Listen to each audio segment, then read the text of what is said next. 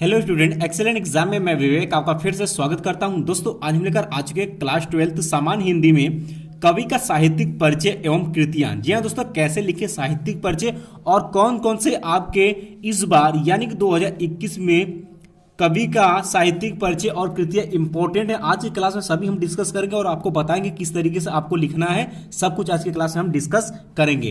तो दोस्तों, जितने स्टूडेंट क्लास में आ चुके हैं, फटाफट इस क्लास को आप लोग लाइक और अपने दोस्तों में जरूर शेयर करें। कोई प्रॉब्लम होती तो हमें कमेंट बॉक्स में कमेंट कर सकते हैं। कोशिश करेंगे कि आपकी समस्या को दूर किया जा सके। ठीक है, अगर दोस्तों आपको भी कोई प्रॉब्लम होती है बोर्ड एग्जाम से रिलेटेड तो आप हमें व्हाट्सअप भी कर सकते हैं। व्हाट्सअप नंबर नोट कर लीजिएगा आप लोग 9451094356। ये मेरा व्हाट्सअप नंबर है। बोर्ड से रिलेटेड कोई प्रॉब्लम होती है तो आप हमें व्हाट्सअप चैट कर सकते हैं। आपके कमेंट का रिप्लाई जरूर करेंगे। ठीक है, अब बात करते हैं दोस्तों। तो इसमें इस साल 2021 के सिलेबस में इस साल जो है 7 लेखक दिए गए हैं, या सॉरी 7 कवि दिए गए हैं। तो 7 कवि में से कौन सा आपको जीवन परिचय पूछ सकता है, तो इसके लिए भी मैं एक ट्रिक बताऊंगा कि कितना आपको जीवन परिचय 7 में से याद करेंगे उतने में से आपको मिल जाएगा बोर्ड एग्जाम 2021 में। ठीक है, तो सबसे पहले बात कर लेते हैं यहां पर कि किस तरीके से हम किसी कवि का साहित्यिक परिचय और कृतियां लिखेंगे। उसके बाद मैं बताऊंगा कि कौन कौन से आपकी इंपॉर्टेंट और कैसे तैयार करनी है।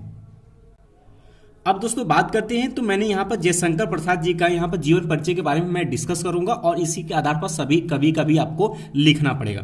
बात करते हैं, तो दोस्तों ये क्वेश्चन जो कि आपको बोर्ड एग्जाम में क्वेश्चन नंबर 5 के ख ऑप्शन में ये आपसे पूछा जाएगा और इसके लिए बोर्ड एग्जाम द्वारा 5 अंक भी निर्धारित किया गया है और इसे 80 शब्दों में ही लिखना है। ठीक है, 80 शब्दों की क्राइटेरिया भी आपको क्वेश्चन में दिया रहेगा कि मात्र 80 शब्दों में आपको लिखना है। अगर 80 शब्दों में भाई लिखना है तो हमें इतना मेन पॉइंट लिखना है ताकि कम स्पेस में हमें अच्छा रिस्पॉन्स करनी है।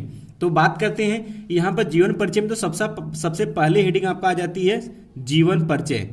जीवन परिचय, तो जीवन परिचय में आपके कुछ मुख्य इसमें आपके पॉइंट होंगे जिसको आप बहुत ही अच्छे से लिखिएगा। सबसे पहले कि कवि का नाम, सबसे पहले आपका आ जाता है कवि का नाम। ठीक, और उनका जन्म, भाई जन्म कहाँ हुआ था। उसके बाद माता का नाम, पिता का नाम, ये हो गया। और जन्म स्थान तो पता ही हो गया कि जन्म स्थान भी आपको इसमें देना है, जन्म स्थान हो गया, इतना आपको देना है। अगर उनके बचपन का नाम भी अगर पता है तो उनके बचपन का नाम भी आपको लिखना पड़ेगा। ठीक है, उनके बचपन का नाम, इतना हो गया। अब उसके बाद इनकी आ जाती है शिक्षा दीक्षा, यानी कि इनकी योग्यताएं।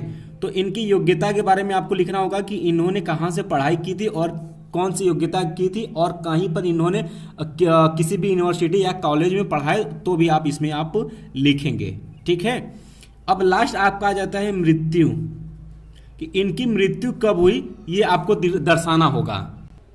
तो दोस्तों बात करें तो इसमें टोटल आपके 1 2 3 4 5 6 7 8 पॉइंट आपके जीवन परिचय में हो जाते हैं और इतना पॉइंट आपको लिखना ही लिखना है। ठीक है, इतना पॉइंट हर हाल में आपको लिखना पड़ेगा।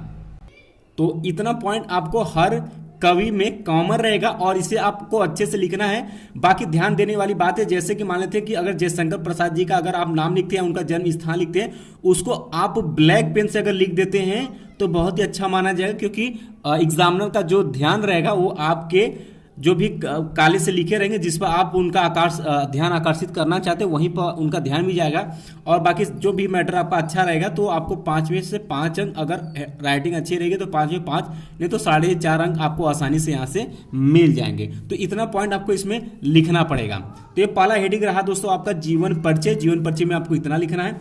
उसके बाद बात करते हैं सेकेंड आपका आ जाता है यहाँ पर साहित्यिक सेवाएं। सेकेंड आपका हेडिंग आ जाता है भाई साहित्यिक सेवाएं। तो इसको आपको सेकेंड हेडिंग में लिखना है। इसके अंतर्गत क्या लिखना होता है, बहुत ही ध्यान सुनिएगा। इसके अंतर्गत ये लिखना होता है कि इन्होंने हिंदी साहित्य में कितनी सेवाएं की हैं। ठीक है, कितनी सेवाएं की, यानी कि कितने ये हिंदी भाषा को लेकर कितना प्रचार प्रसार किए या कितना इसको डेवलपमेंट किए और इसके अंतर्गत इन्होंने क्या क्या किए हैं, इसके अंतर्गत आता है साहित्यिक सेवाएं के अंतर्गत आता है। ठीक है, तो इस तरीके से हम कह सकते हैं अगर बात करते हैं कि अगर जयशंकर प्रसाद जी के यहाँ पर साहित्यिक सेवाएं लिखना होगा तो क्या लिखेंगे कि जयशंकर प्रसाद छायावाद के प्रवर्तक हैं, उन्याय तथा प्रतिनिधि कवि होने के साथ साथ युग प्रवर्तक और नाटककार तथा कथाकार भी और उपन्यासकार भी थे। तो इस तरीके से आप लिखेंगे कि ये कौन युग के थे, इसमें इनके साथ साथ नाटककार उपन्यास क्या क्या ये लिखे थे, इनके बारे में आपको इसमें लिखना होगा, ठीक है, साहित्यिक सेवाएं में। इसके बाद दोस्तों आपका तीसरा हेडिंग जो आपका आ जाता है वो आपका आ जाता है दोस्तों रचनाएं। रचनाएं जिन्हें हम कृतियां भी बोलते हैं। तो रचनाएं में आप अलग अलग हेडिंग भी डालकर लिख सकते हैं, या फिर जितने इनके बारे में जो जिस लेखक का आप जिस कवि का आप जीवन परिचय लिख रहे हैं तो उनकी आप चाहे तो 1 by 1 1 2 3 4 करके उनकी रचनाएं लिख सकते हैं।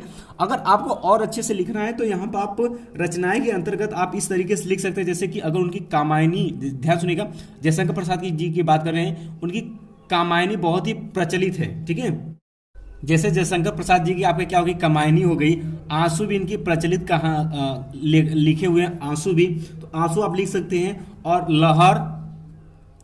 लहर हो गया, झरना हो गया, ये सब ये इनकी प्रमुख रचनाएं हैं। और इसके बाद दोस्तों अगर कहानी आप हेडिंग डाल सकते हैं तो कहानी आप लिखिएगा। कहानी में इन्होंने कौन कौन से लिखे वो लिख सकते हैं, जैसे कि आकाशदीप हो गया, इंद्रजाल हो गया, आंधी हो गया। एक कहानी के अंदर 3-4 कहानियां जो भी हैं, तो अगर हेडिंग डालकर लिखते हैं तो बहुत ही अच्छी बात है। अगर वैसे नहीं तो आप नंबर वाइज भी आप लिख सकते हैं, कोई दिक्कत नहीं है, ठीक है।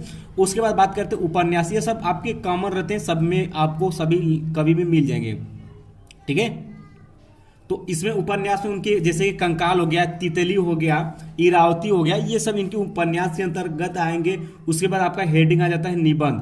तो निबंध में इन्होंने क्या क्या लिखा था, तो निबंध में 1-2 अगर आप बता देते तो बहुत अच्छी, जैसे कि काव्य और कला तथा अन्य इनके निबंध फेमस है। और उसके बाद चंपू है, चंपू में इनका प्रेम राज्य है और इनके अन्य काव्य जैसे कि चित्राधार, कानून, कुसुम, करुणालय, महाराणा का महत्व हो गया, प्रेम पथिक हो गया, ये सब आपके इसके अंतर्गत आ जाएंगे। या फिर आप अन्य भी डालकर हेडिंग के अंतर्गत अन्य में भी आप 2-4 को लिख सकते हैं, इस तरीके से आप डालेंगे। तो रचनाएं में मैंने 2 तरीके से बताया आपको। अगर आप कहानी के बारे में, कहानी के अंतर्गत अगर मतलब अलग कर सकते हैं कि कहानी में उनका कौन कौन सा रचनाएं थी, तो आप कहानी में लिख सकते हैं। उपन्यास में कौन कौन कंकाल तितली है, इस तरीके से आप लिख सकते हो। निबंध में अगर आप अलग करना चाहते हो तो कर सकते हो, अन्य में आप लिख सकते हो। या फिर इतना नहीं आता है तो आप नंबर वाइज करके उनके जितने भी लिखे हुए हैं कोशिश करिएगा कि ज़्यादा से ज़्यादा आप उनमें लिख सके किसी भी कवि में। तो और इसके बाद दोस्तों लास्ट आपका हेडिंग आ जाता है चौथा कि हिंदी साहित्य में स्थान या साहित्य में स्थान।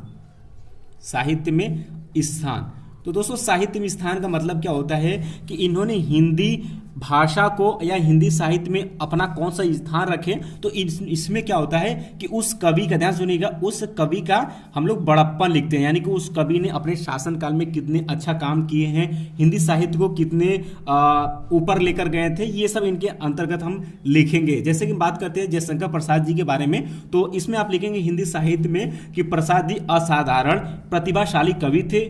उनके काव्य में एक ऐसा नैसर्गिक आकर्षण एवं चमत्कार है कि सहृदय पाठक उनसे रस मग्न हो जाते हैं या रस मग्न होकर मग्न मुग्ध खो बैठता है। इस तरीके से आप इनके अंतर्गत लिखेंगे। जैसे कि उनका आप देख सकते हैं यहाँ पर कामायनी, जिसमें कि श्रद्धा और मनु का 2 लोगों का इसमें वर्णन किया गया। बहुत ही अच्छी वो उन्होंने कामायनी लिखा था। अगर आप लोग, शायद आप लोगों को सिलेबस बहुत ही कम होगा, बट जब ये पूरा आगे कभी आप पढ़ेंगे तो बहुत ही अच्छा इनकी कामायनी है, बहुत ही अच्छा है। तो इस तरीके से आप इनके बारे में लिखेंगे कि हिंदी साहित्य में कवि का बड़प्पन करना होता है। शॉर्टकट में समझिएगा, हिंदी साहित्य में कवि का बड़प्पन करना होता है। इसके बारे में आप इनमें 2-4 लाइन आपको लिखना, ज़्यादा इसमें नहीं लिखना है, ठीक है। तो इस तरीके से आप किसी भी कवि का आप साहित्यिक परिचय और उसके साथ साथ उनकी कृतियाँ यानी कि रचनाएं आप लिखेंगे। अब दोस्तों बात कर लेते हैं कि इस साल यानी कि 2021 के बोर्ड एग्जाम में, यानी कि जो 30% सिलेबस आपका कम हो चुका है, उसके बाद कौन कौन से आपके कवि बचे जिनकी आपको जीवन परिचय याद रखना चाहिए, और उसमें कौन कौन से सबसे ज़्यादा इंपॉर्टेंट है जिसको आपको तैयार रखना चाहिए। तो दोस्तों इस साल यानी कि 2021 में आपको 7 कवि दिए गए हैं, जिनमें प्रमुख नाम उनके हैं अयोध्या सिंह उपाध्याय अरियोध हैं, मैथिली शरण गुप्त हैं, जयशंकर प्रसाद जी हैं, सुमित्रानंद पंत जी हैं, महादेवी वर्मा जी हैं, रामधारी सिंह दिनकर जी हैं, सच्चिदानंद हीरानंद वात्सायन अज्ञेश जी हैं। ये आपको 7 लेखक यहाँ पर दिए गए हैं। तो 7 लेखक में से आपको कोई 3, ध्यान सुनिएगा, क्वेश्चन में आपको 3 लेखक दिए रहेंगे, 3 लेखक दिए रहेंगे, उनमें से किसी एक का आपको साहित्यिक परिचय लिखना होगा। ठीक है, तो अब कैसे आप यहाँ पर बात करते हैं किस तरीके से आप याद करेंगे, कम आपको याद करना पड़े और वो क्वेश्चन बोर्ड एग्जाम में आ जाए। तो ध्यान सुनिएगा, टोटल आपको मिला है 7, टोटल आपको मिला है 7, ध्यान सुनिएगा, और बोर्ड एग्जाम देगा कितना, 3।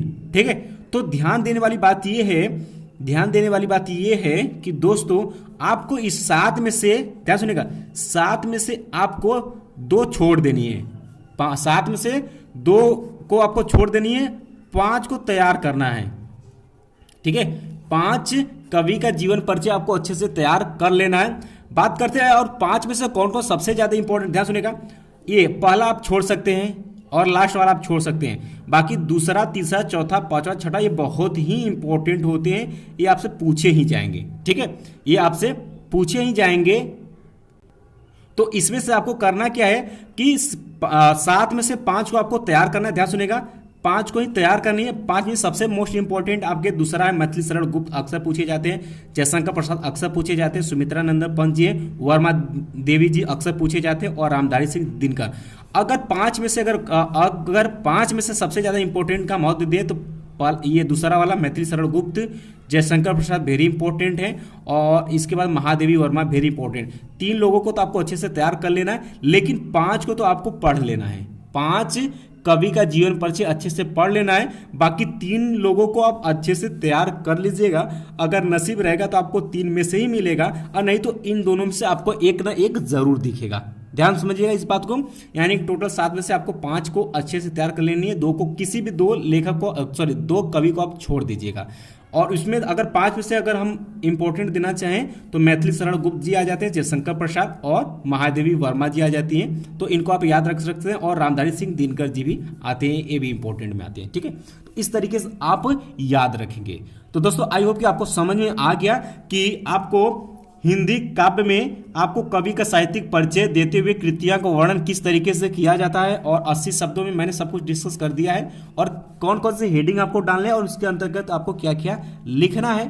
अगर किसी भी तरीके से प्रॉब्लम होती है तो हमें कमेंट बॉक्स में कमेंट करके भी पूछ सकते हैं। अगर आप कहेंगे कि हमें जीवन परिचय आप अलग अलग कवि की बता दीजिए तो उसको हम क्लास के माध्यम से आपको प्रोवाइड कर देंगे, बता देंगे। ठीक है, तो बाकी मिलते हैं दोस्तों नेक्स्ट क्लास में, तब तक के लिए जय हिंद, जय भारत।